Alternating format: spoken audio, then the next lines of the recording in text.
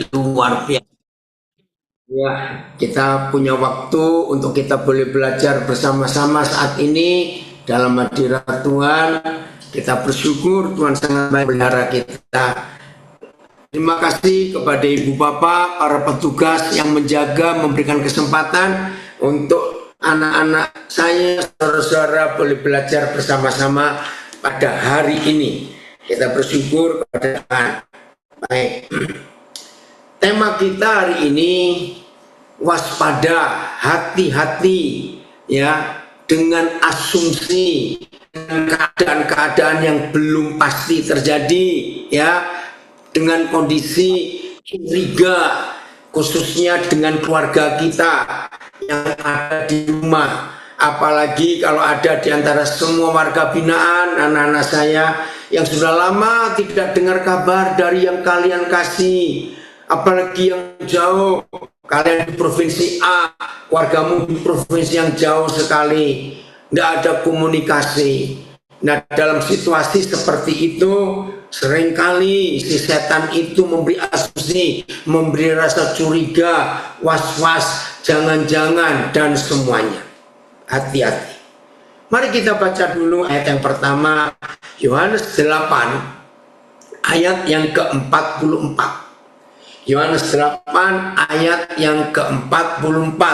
Kita membaca ayat ini supaya kita berhati-hati dalam hidup dan tidak ada keuntungan yang kita beri kepada si setan. Siapa dia? Ini salah satu sebutan yang Tuhan Yesus nyatakan.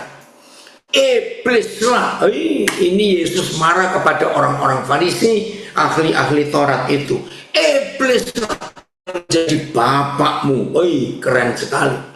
Dan kamu ingin melakukan keinginan-keinginan bapakmu. Maaf ya, saya beri penekanan yang keras, karena buat kami istilah dari orang Jawa ada suatu intonasi yang sangat tegas untuk meyakinkan siapa yang kita ikuti dalam hidup ini. Nah, saya minta maaf kepada yang bukan Jawa ya, mungkin masing-masing suku punya penekanan intonasi yang berbeda. Tapi buat kami orang Jawa, apalagi Jawa Timur, kalau sedang mengungkapkan sebuah kejengkelan ya karena satu penyebab, dan penyebab ini seringkali muncul di hidup kita, maka kami orang Jawa bilang bapakmu itu loh.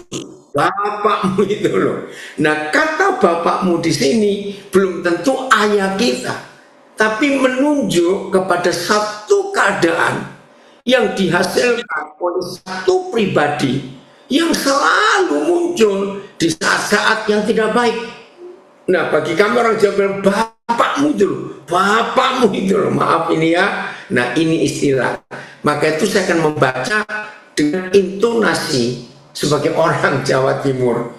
Iblislah yang menjadi bapakmu, dan kamu ingin melakukan keinginan bapakmu. Aduh, gak enak ya. Padahal bapakmu itu adalah pembunuh manusia sejak semula. Sejak semula. Lalu bapakmu itu tidak hidup dalam kebenaran. Sebab di dalam dia ya, sebab di dalam dia ada apa? Tidak ada kebenaran, nggak ada. Kalau tidak ada kebenaran, berarti di dalam si setan itu ada kepalsuan, penipuan, kelicikan, kebohongan. Tolong yang belum pernah tahu siapa si setan itu. Ternyata dia ini roh yang kurang ajarnya luar biasa. Ia adalah pembunuh manusia sejak semula, pembunuh. Dan tidak hidup dalam kebenaran, berarti hidup dalam kepalsuan, penipuan. Sebab di dalam dia tidak ada kebenaran, adanya kepalsuan. Maka itu kita harus melihat fakta ini.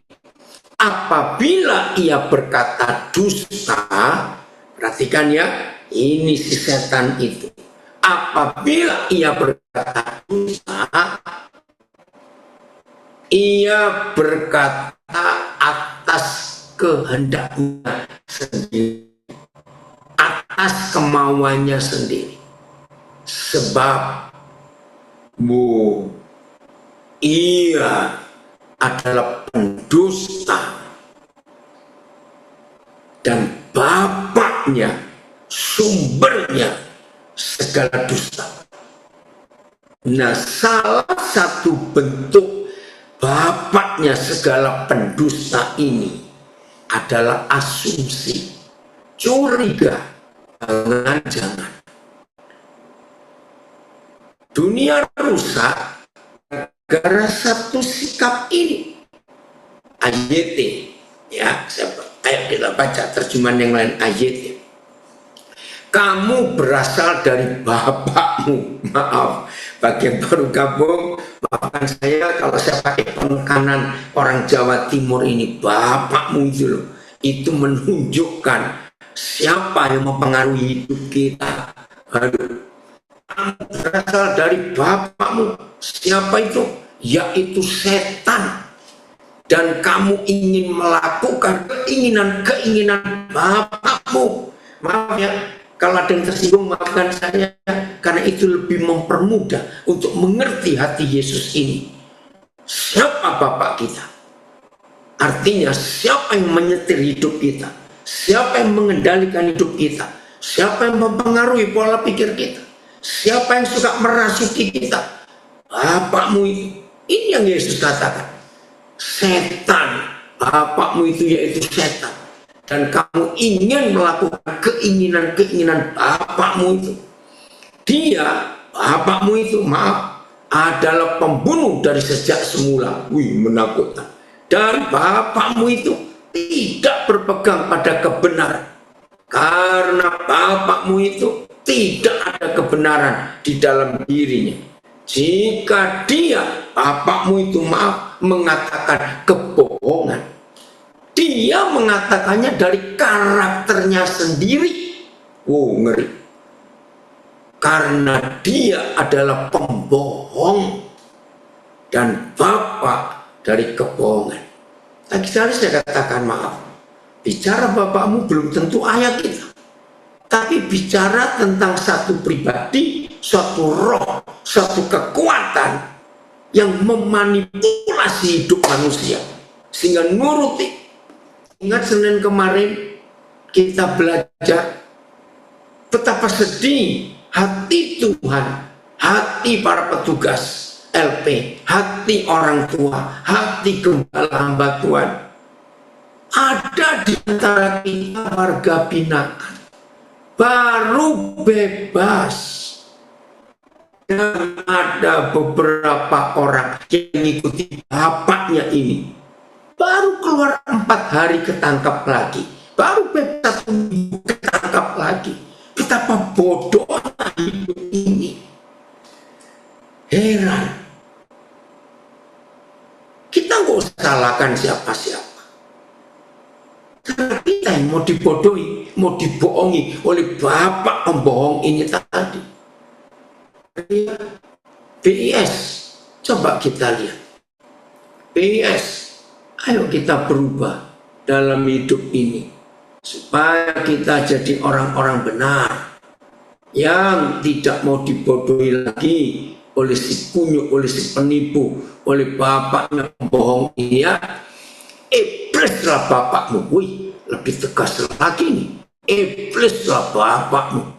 Dan kalian mau menuruti kemauan bapakmu itu loh.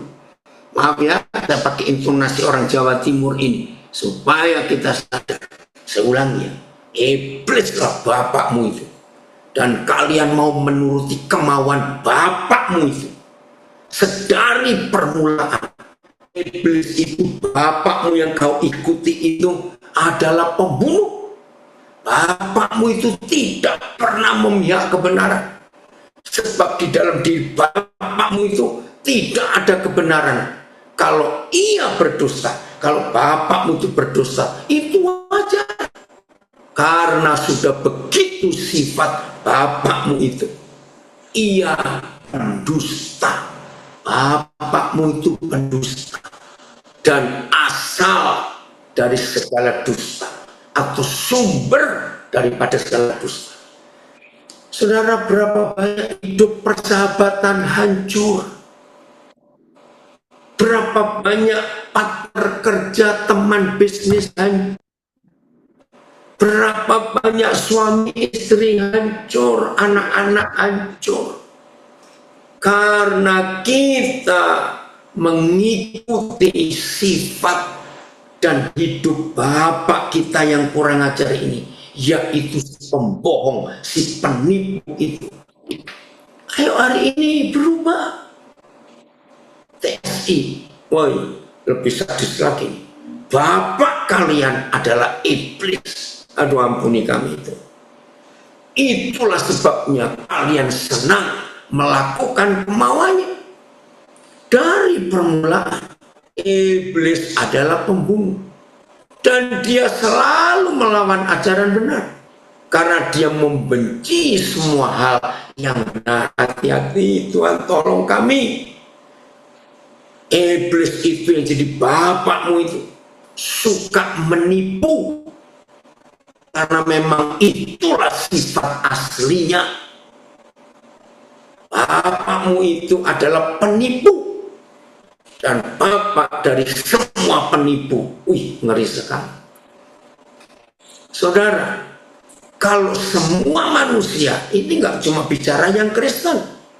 Semua manusia tahu siapa si setan itu, siapa si kunyuk itu. Wow, nggak ada orang bodoh di dunia ini yang mau dibodohin lagi oleh si pembohong, si penipu, si pendusta ini. Ayo semua kita hari ini menyadari. Setelah kita diberitahu oleh Tuhan Yesus, siapa dia? FYH-nya, coba FYH-nya. Seperti apa lagi nih penulisan ini? Ya, Yohanes 8 ayat 44. Sebab kalian, oh ampuni kami Tuhan, ampuni. Sebab kalian adalah anak-anak si iblis. Kalian gemar melakukan perbuatan jahat yang dilakukan oleh iblis. Ampuni kami Tuhan. Dari mulanya, ia itu pembunuh dan pembenci kebenaran dari mulanya. Perhatikan, ngeri sekali si setan ini, bapaknya si penipu. Maka itu kita harus berhikmat, harus hati-hati. Terus dari mulanya ia pembunuh dan pembenci kebenaran. Tidak satu titik kebenaran pun terdapat padanya. Jika ia berdusta, hal itu wajar baginya, karena ia adalah bapak para pendusta. Wih, coba kali Bapak ingin tahu bahasa Jawanya ini. Ya, bahasa Jawanya, coba ampuni ya, maafkan saya enggak bahasa Jawa. Coba saudara yang punya mengerti bahasa suku, keluarkan supaya kita tahu. Ampun dah, bahasa Jawa yang 94 kalau boleh, supaya nggak terlalu lama. Bentar ya, mana itu dia, ini Jawa tahun berapa? Oke lah. Bapakmu iku iblis, lan kowe padha seneng ngelakoni kasenengane bapakmu iku.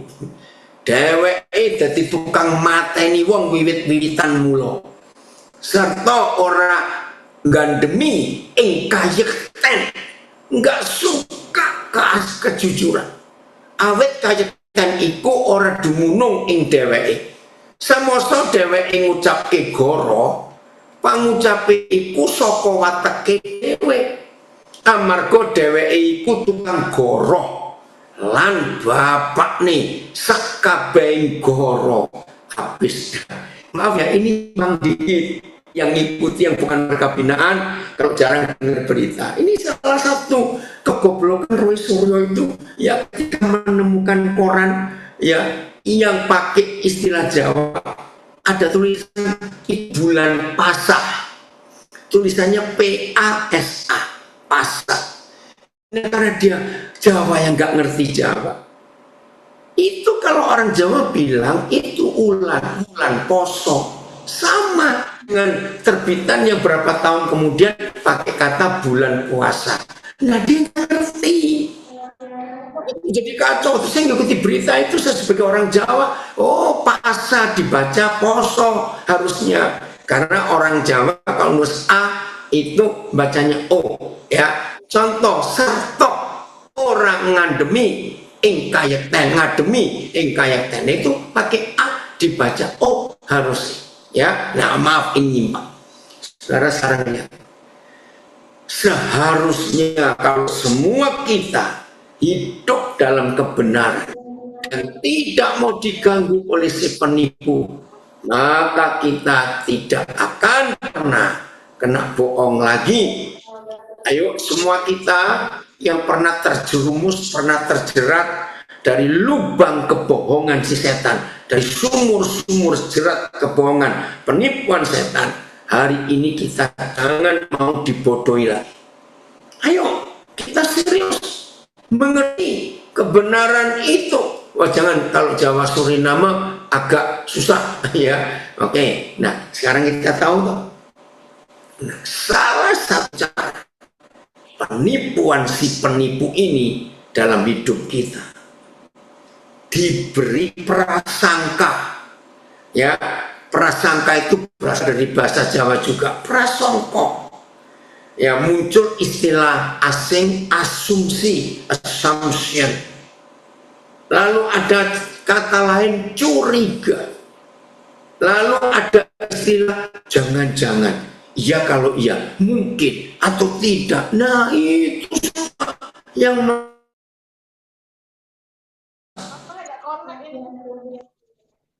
jangan sampai suami istri dirusak oleh prasangka ini ya.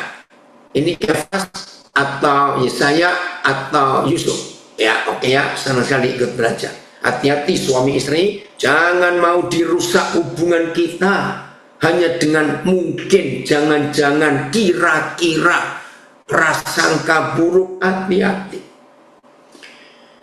Ayo kita jujur, saya minta tolong yang di Zoom, Instagram, Facebook menjawab pertanyaan saya.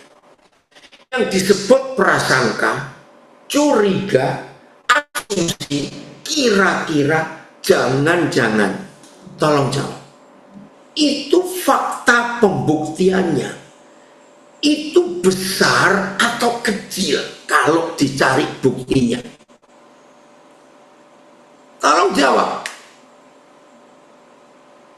Prasangka, asumsi, jangan-jangan, ya saya jawab di Zoom, kecil sekali. Ya tolong yang di Instagram, Facebook belum jawab, kecil saudara. Aduh hampir.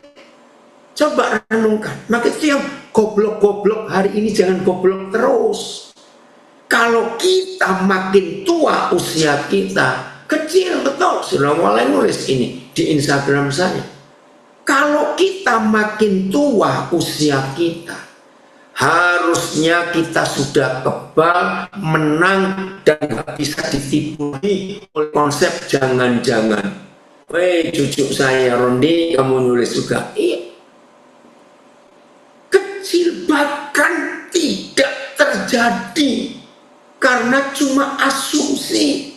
Yang di Facebook saya nulis di Surabaya kecil, betul. Maka itu ayo kita jangan bodoh lagi.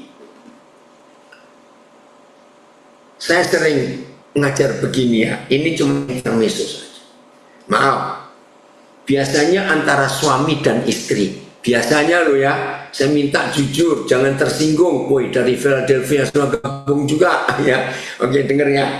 Biasanya antara suami dengan istri, yang paling sering curiga itu siapa? Jangan tersinggung. Ayo, woi, ada yang jawab dari Sydney, nggak jujur itu.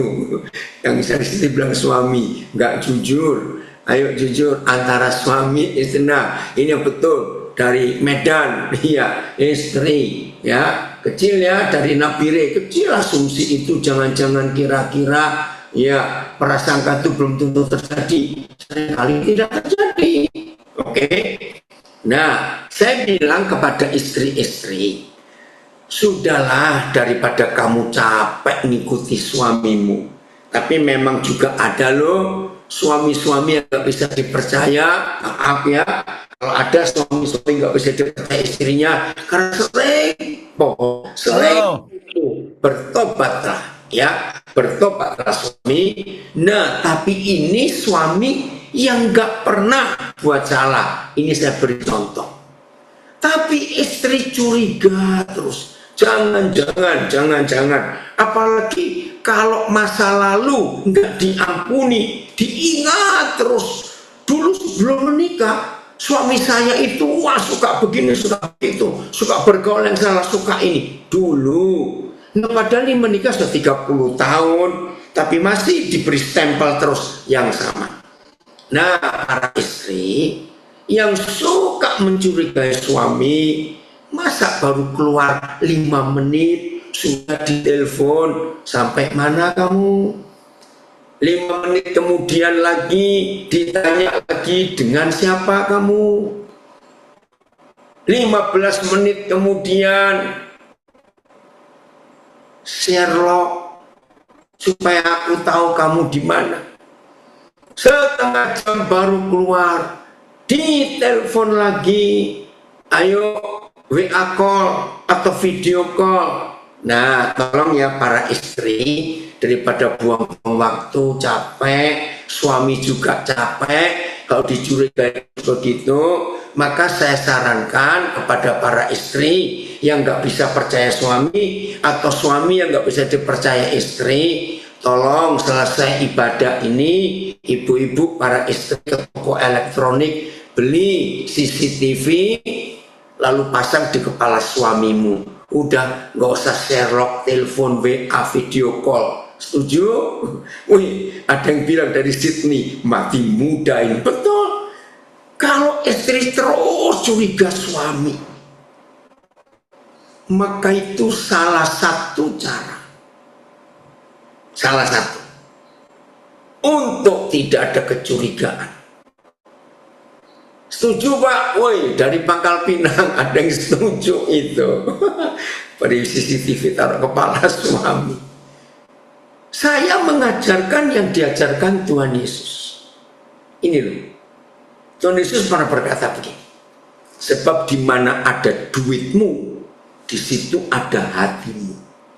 Nah, supaya hati tetap satu, maka suami istri jujurlah dalam soal keuangan. Jadi istri harus tahu berapa saldonya suami. Suami harus tahu berapa saldonya istri. Nah, kalau suami istri ini hartanya satu, tidak bisa, maka hatinya satu. Sebab Tuhan Yesus berkata, di mana ada uangmu, di situ ada hatimu. Jadi kalau suami istri pisah harta, saling menyembunyikan, ya, oh ada yang stroke katanya anak ini ya. Ketika suami istri setuju Pak kalau soal uang, betul harus jujur. Nah, sekarang kalau suami istri masing-masing sudah tahu jumlahnya berapa di saldonya, pasti gak ada curiga. Ini loh yang kita harus kalahkan, pekerjaan setan yang merusak banyak hidup hanya karena curiga, prasangka, jangan-jangan, kira-kira. Aduh, rusak sudah. Tunggu sampai ada kepastian, jangan curiga lagi. Maka itu terbuka ya suami istri, hiduplah jujur, hiduplah jujur. maka tidak ada setan yang bekerja dalam hidup kita, baik suami istri, baik persahabatan, baik komunitas, saudara-saudara, warga binaan, apalagi yang satu sel, ya harus terbuka untuk apa saja, harus supaya setan nggak bekerja. Kita lihat ayat yang hebat ini. Ini ada di Kejadian 2. Ketika jumlah manusia baru 2 orang. Kejadian 2 ayat 25. Bayangkan ketika jumlah manusia baru 2 orang. Bapa di surga sudah membuat antisipasi. Perhatikan. Bapa di surga sudah membuat antisipasi. Ketika setan belum nyata. Ini luar biasa. Saya ulangi. Kejadian 2 ayat 25. Inilah salah satu antisipasi, salah satu perlindungan. Ya, kalau saudara ingat sedang perang Iran dengan Israel, ini ada kata Iron Dome. Ya, jadi Israel itu mengembangkan sebuah teknologi persenjataan, ya, di seluruh wilayah udara Israel. Itu ada radar, saya nggak tahu bentuknya seperti apa, entah itu radar atau gelombang magnet, gelombang elektrik, saya nggak tahu. Itu yang melindungi seluruh wilayah Israel. Sehingga kalau ada serangan dari luar, Iron Dome ini, ya, Iron Dome itu bahasa Indonesianya, dome itu kubah besi, ya, yang melindungi. Nah, Tuhan Yahweh kita jauh sebelum ada manusia banyak, baru 2 manusia, Bapa sudah memberikan perlindungan kepada setiap kita, khususnya suami istri. Apa perlindungannya? Unik. Mereka keduanya telanjang. Manusia dan istrinya itu telanjang. Tapi mereka tidak merasa malu. Maaf ya. Pertama kali saya belajar ayat ini, saya pikir ini tentang seks. Ternyata tidak. Wih, hebat sekali Bapak ya. Ini bicara perlindungan suami istri. Catat loh, ketika dunia baru berisi 2 orang. Sekarang sudah 8 miliar lebih. Wah, lebih banyak. Tolong dikit mana itu yang kebuka, tolong ya. Ya. Bayangkan jumlah manusia baru 2 orang. Apa sudah memberi perlindungan yang luar biasa, sehingga setan gak boleh masuk. Makasih Sam, kamu ngomong Papa setuju ini ya. Nah, perlindungannya justru berupa keterbukaan, supaya tidak ada curiga. Nah, tadinya saya pikir tentang seks, tapi setelah belajar, oh, ini bukan tentang seks ternyata, tapi tentang perlindungan Tuhan dalam hidup pernikahan, supaya tidak ada suami istri dibodohi lagi oleh si penipu. Yaitu ketika suami istri tidak punya rahasia. Ketika suami telanjang bulat di depan istrinya, ketika istri telanjang bulat di depan suaminya, lagi sekali bukan soal seks ya, tidak. Ini bicara keterbukaan, bicara kejujuran. Berarti suami istri ini hidup serumah, satu tempat tidur, yang tidak ada rahasia sedikit pun. Oh, ternyata kalau suami istri itu jujur, baik kepada dirinya sendiri maupun kepada pasangannya, tidak ada rahasia yang disembunyikan. Coba mikir. Berarti suami istri ini bakal ada kecurigaan nggak? Kalau dua-dua telanjang, nggak ada penutup sama sekali. Saudara renungkan. Maka itu saya bersyukur Bapak kita itu dahsyat. Jauh sebelum bapaknya pembohong itu hadir di dunia, Yang terlambat ikuti, nanti mulai lagi dari depan. Sebelum bapaknya pembohong itu hadir di dunia, ketika manusia baru dua pribadi, dua orang, Papa sudah memberikan kubah besi Iron Dome untuk melindungi pernikahan kita.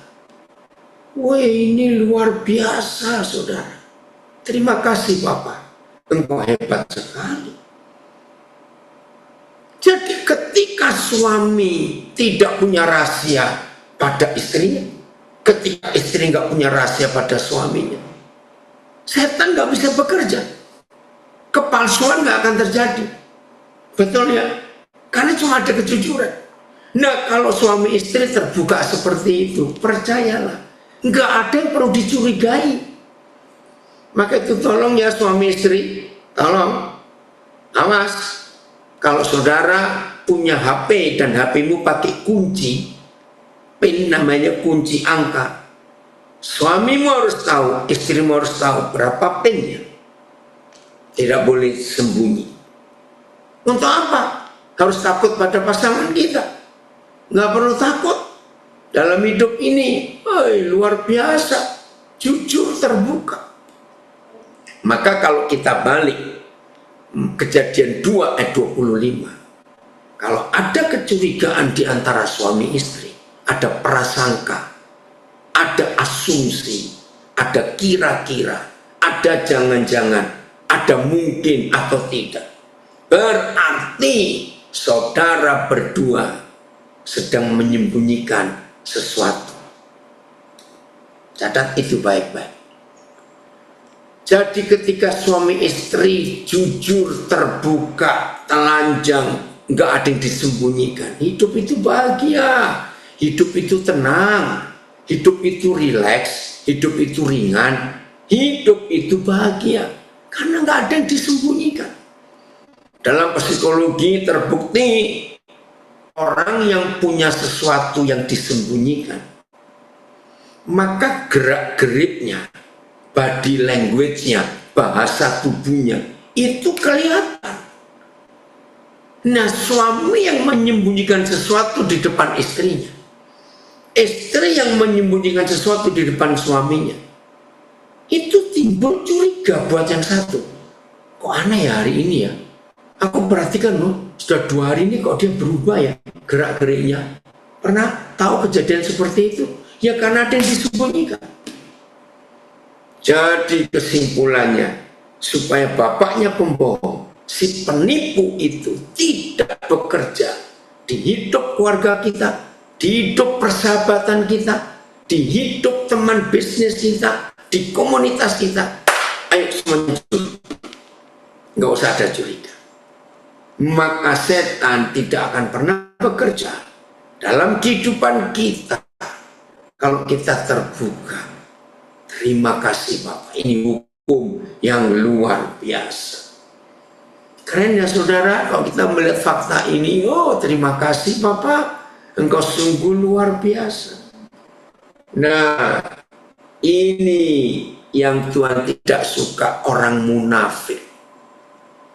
Saya ulangi, kenapa Tuhan Yesus itu kalau pada orang munafik, itu betul-betul kayak ketemu setan saja.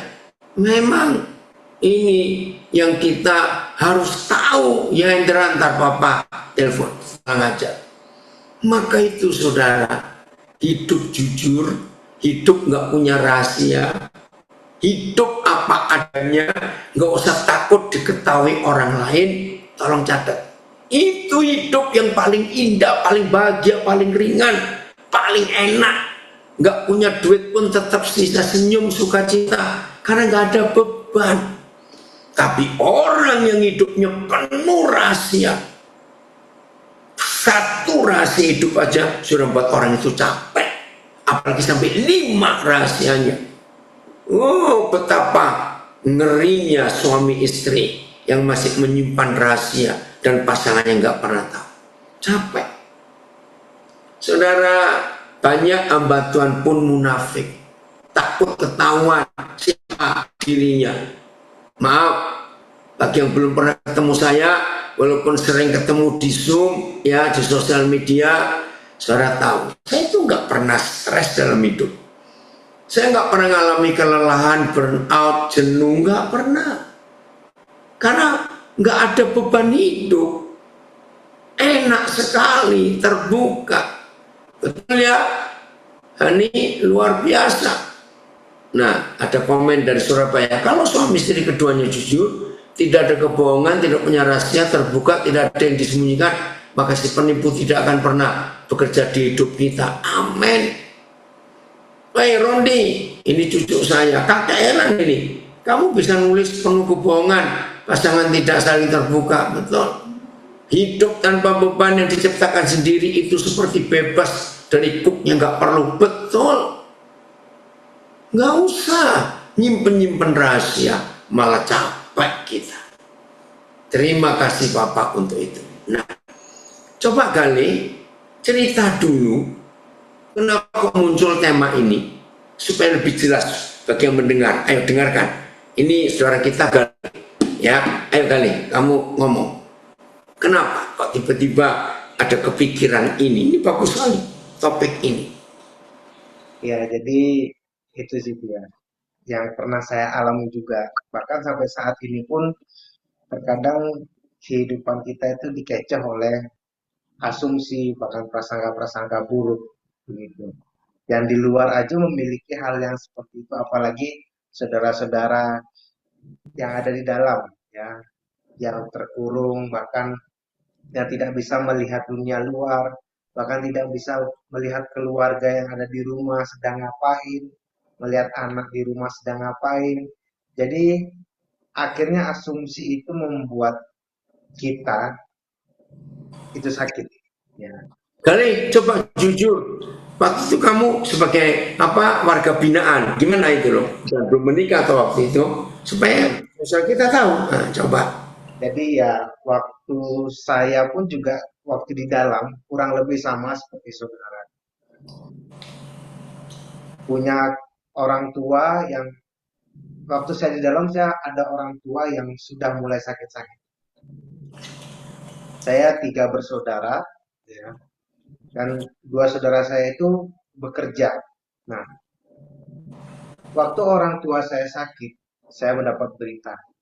Asumsi saya dan prasangka saya berpikir bahwa kenapa sih kakak saya kok nggak bisa ngerawat orang tua saya? Kenapa sih kok mereka ini menelantarkan orang tua saya? Nah, asumsi itu akhirnya membuat saya akhirnya stres, membuat saya akhirnya merasa frustasi, bahkan di dalam penjara apalagi ya, tidak bisa ngapa-ngapain, dan dalam hati pun rasanya pengen marah, tetapi hal itu sangatlah kecil kemungkinannya, begitu, hal itu sangatlah kecil kemungkinannya. Begitu saya dapat kabar, oh ternyata prasangka saya itu salah, asumsi saya itu salah. Kedua, kakak-kakak saya itu merawat orang tua saya dengan baik, bahkan ketika kedua orang tua saya dipanggil pun waktu saya ada di dalam penjara, mereka menemani orang tua saya. Nah, jadi ya tema ini bisa muncul ketika malam begitu saya pulang dari bekerja, di dalam apa dalam perjalanan itu saya berpikir, kenapa ya sampai saat ini saya masih memiliki asumsi, memiliki prasangka buruk terhadap sesama kita, bahkan terhadap lingkungan juga. Bisa enggak ya saya merubah ini supaya saya ini tidak stres, supaya saya ini tidak apa bisa dibilang hidup ini tidak damai dengan adanya asumsi-asumsi itu. Akhirnya saya memutuskan di malam itu, cobalah di malam ini saya jadikan tema, begitu. Ya, puji Tuhan, ya tema ini disampaikan juga buat saudara-saudara yang ada di dalam, bahkan ya jangan sampai kita ini diikat oleh prasangka buruk, asumsi buruk, bahkan keseharian kita pun akhirnya terbatasi oleh sebuah asumsi tersebut. Begitu. Akhirnya merusak kehidupan kita, bahkan merusak hubungan kita antar sesama.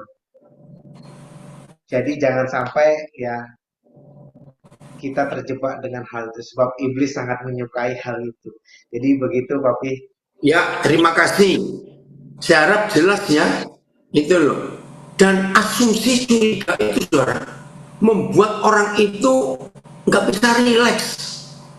Betul-betul nggak bisa rileks, menderita. Bulan Mei yang lalu, ya Mei yang lalu, antara tanggal sebentar, saya betul-betul ingat kisah itu karena saya di sebuah acara yang sangat penting. Antara tanggal 14 Mei sampai tanggal 20 Mei, jadi seminggu, ada orang yang gelisahnya luar biasa. Padahal dia ini hamba Tuhan, sangat gelisah. Terus saya tanya, kamu kok aneh, kena apa?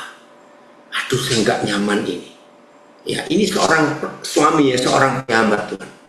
Saya nggak nyaman ini. Ini berapa hari ini saya coba kontak istri saya. Ya, kebetulan kami lagi sama-sama pelayanan. Tapi kok nggak bisa ya? Nah, saya tuh curiga. Apa?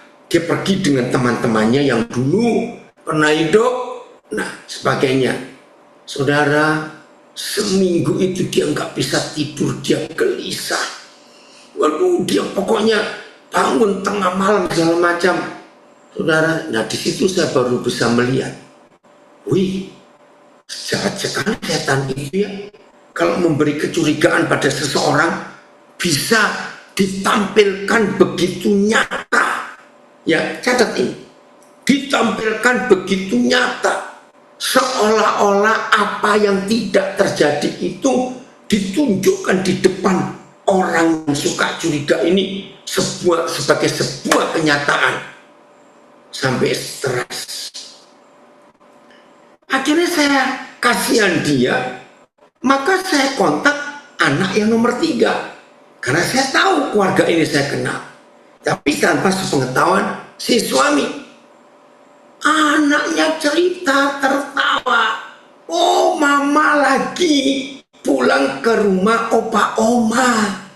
Karena mama tahu papa lagi pelayanan sama Om Daniel.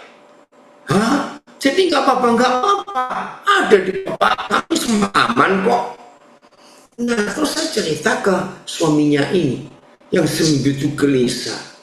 Saudara, ternyata sulit untuk mempercayai karena sudah termasuk curiga itu tadi.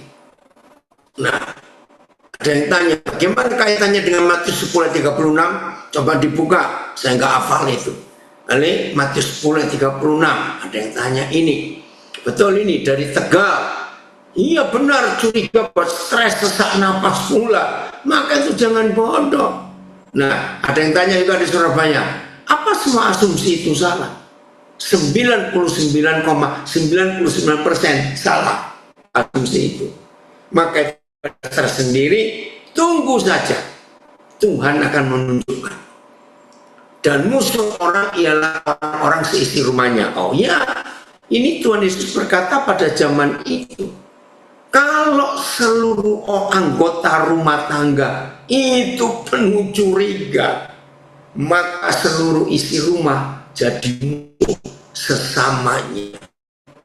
Ya, oke, TSI. Bahkan para anggota keluarga dekat kalian pun akan menjadi seperti musuh dalam selimut. Betul, kalau tidak jujur. Apalagi kalau masing-masing pribadi punya kepentingan tersembunyi. Contoh, suami begitu sayang hormat kepada orang tua, tapi dia tahu istrinya nggak setuju. Nah, akhirnya suami ini nggak jujur pada istrinya. Karena kalau jujur pasti ribut. Nah, maka itu kesepakatan suami istri itu pasti penting sekali. Jadi suami, kalau istrimu belum setuju untuk saudara menolong orang tuamu, batalkan dulu, tunda dulu ya, supaya sampai aman. Jelaskan kepada istri, begini loh keadaan orang tua. Tapi juga perlu adil. Kalau istri saudara ingin bantu orang tua, saudara pun nggak boleh melarang. Maka itu ada persetujuan bersama, ya, maka indah. Betul, dari Medan bilang, jujur kadang bikin ribut, tergantung ya keadaannya, ya, oke ya. Jadi luar biasa Bapak kita. Nah, kalau hari ini kita mendengar kebenaran ini, ayo kita hidup dalam kemerdekaan, ayo kita hidup dalam kebenaran, ayo kita hidup dalam kejujuran, ayo kita hidup dalam kekudusan yang benar di hadapan Tuhan. Maka si penipu itu tidak punya tempat untuk bekerja di dalam hidup kita. Enggak ada tempat lagi, karena kita sudah jujur, kita sudah terbuka. Filipi pasal 2 mulai ayat 2. Filipi 2 ayat 2. Lihat cara Yesus mengajar kita, ya. Filipi 2 ayat 2 mulai. Ya, ada yang komen seorang coach kesehatan dari Nabirik. Waktu kita stres, tubuh akan memakai semua energi untuk kelola stres. Betul. Ini seorang coach, pembimbing kesehatan, ya, kebugaran, menulis ini betul. Saya ulangi lagi. Waktu kita stres, tubuh akan memakai semua energi untuk mengelola stres itu. Maka itu orang yang stres bisa timbul gatal-gatal di tubuhnya, ya, bisa timbul jerawat, bisa timbul yang aneh-aneh di fisiknya. Kenapa? Karena semua energi yang harusnya dipakai untuk hidup sehat, tapi dipakai untuk mengelola stres itu tadi. Aduh, kan rugi sekali kalau seperti itu. Oke, mulai 2 ya. Karena itu sempurnakanlah sukacitaku dengan ini. Dengan apa? Oh, keren sekali nasihat firman Tuhan ini. 1. Hendaklah saudara dan saya sehati sepikir. Khususnya suami istri. Kalau suami istri sehati sepikir, jamin tidak ada curiga, tidak ada prasangka, karena sehati sepikir. Nomor 2, ya, maaf, ini siapa? 27 ketemu di mana, nak? Ini Daryl siapa? Oh ya, retreat, betul Daryl, maaf kok. Opa baru tahu nama lengkapmu itu. Daryl Adi Wijaya, ya baru tahu Pak. Opa, oke ya. Lihat, nomor 2. Dalam satu kasih. Bukan 2 kasih, tapi 1. Kalau kita hidup di dalam satu kasih, percayalah, nggak ada curiga, nggak ada prasangka, nggak ada jangan-jangan. Wih, luar biasa. Nomor 3, satu jiwa. Kalau satu jiwa itu satu pikiran, satu perasaan, maka tidak ada curiga, tidak ada prasangka, tidak ada asumsi, karena satu jiwa. Yang keempat, satu tujuan. Wah, lebih hebat lagi. Sudah sehat berpikir, dalam satu kasih, satu jiwa, satu tujuan. Aman. Gak mungkin ada prasangka, curiga, tidak. Karena semuanya satu. 3. Nah, hati-hati. Jangan ada motivasi terselubung.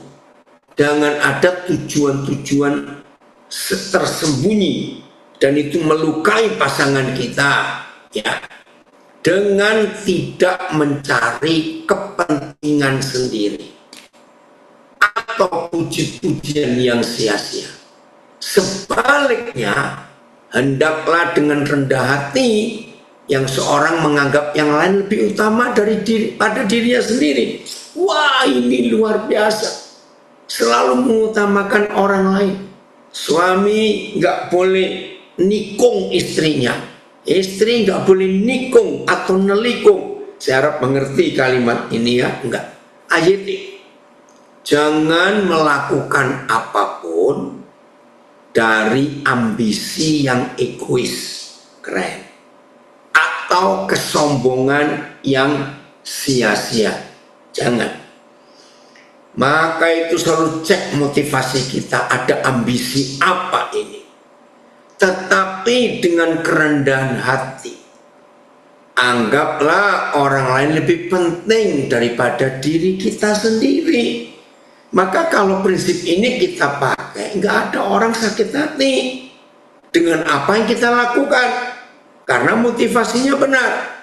BIS, janganlah melakukan sesuatu karena didorong kepentingan diri sendiri, egois, atau untuk menyombongkan diri. Jangan. Sebaliknya, hendaklah kalian masing-masing dengan rendah hati menganggap orang lain lebih baik dari diri sendiri. Terima kasih Bapak. TSI. Apapun yang kamu lakukan, apapun, janganlah mementingkan kepentinganmu sendiri atau menonjolkan diri. Jangan. Itu melukai yang di sebelah kita.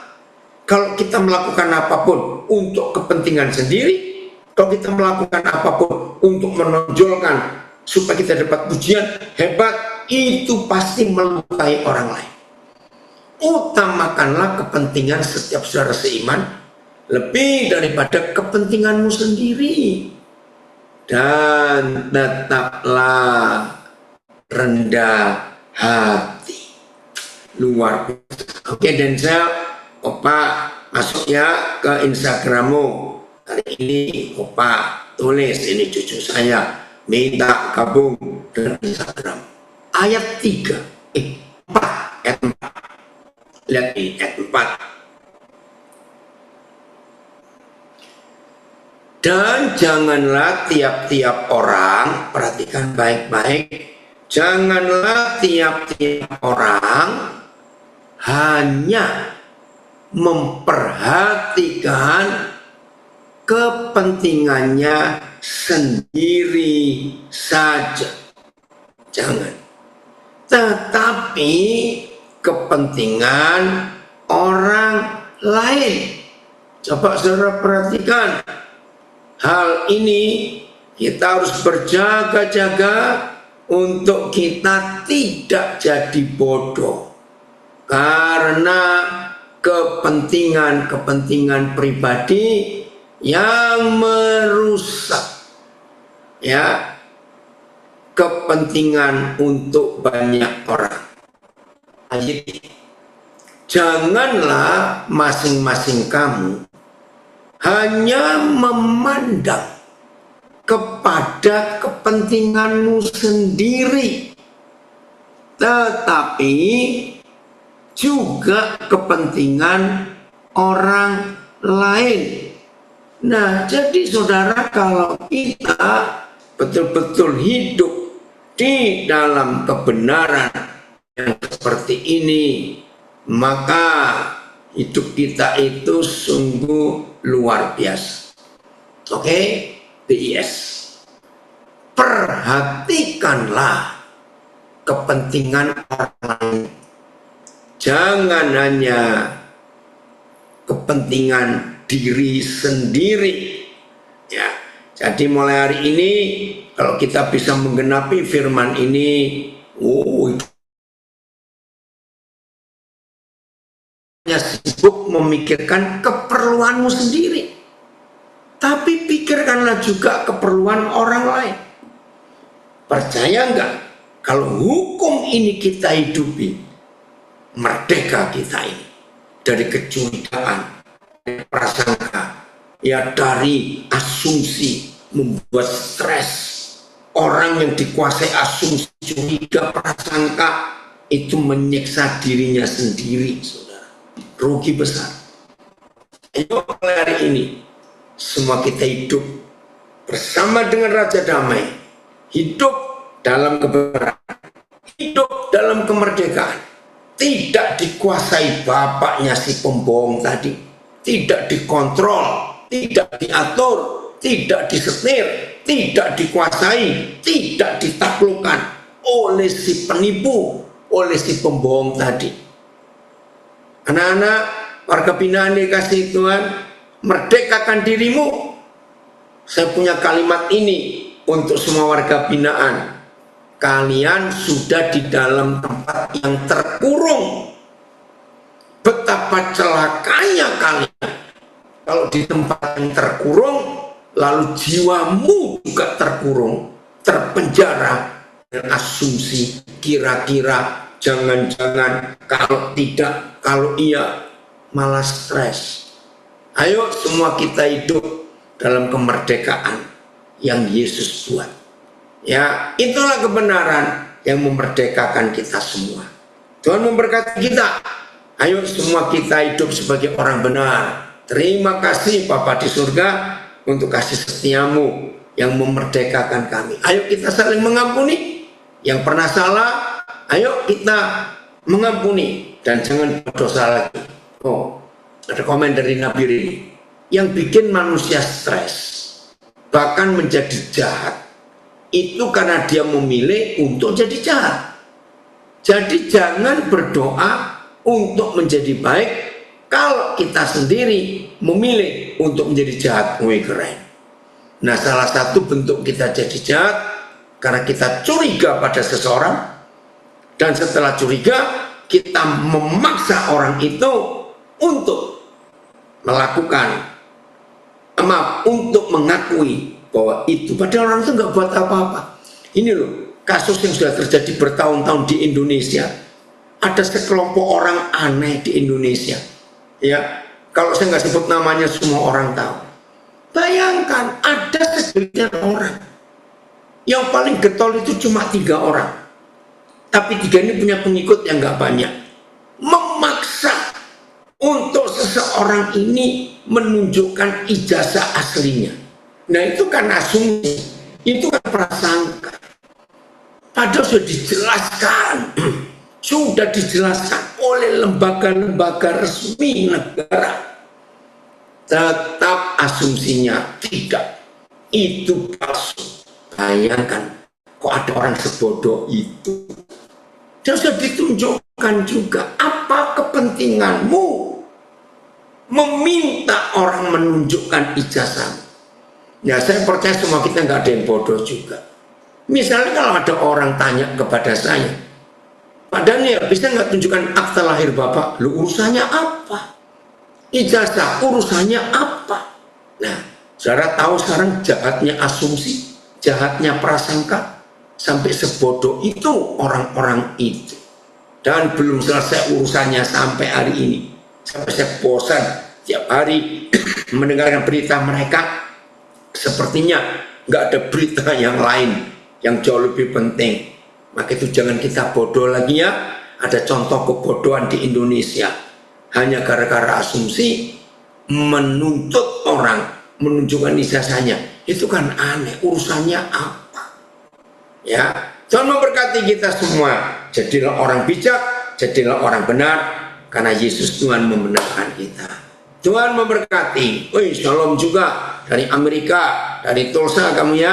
Oke, baik. Sampai jumpa. Tuhan memberkati.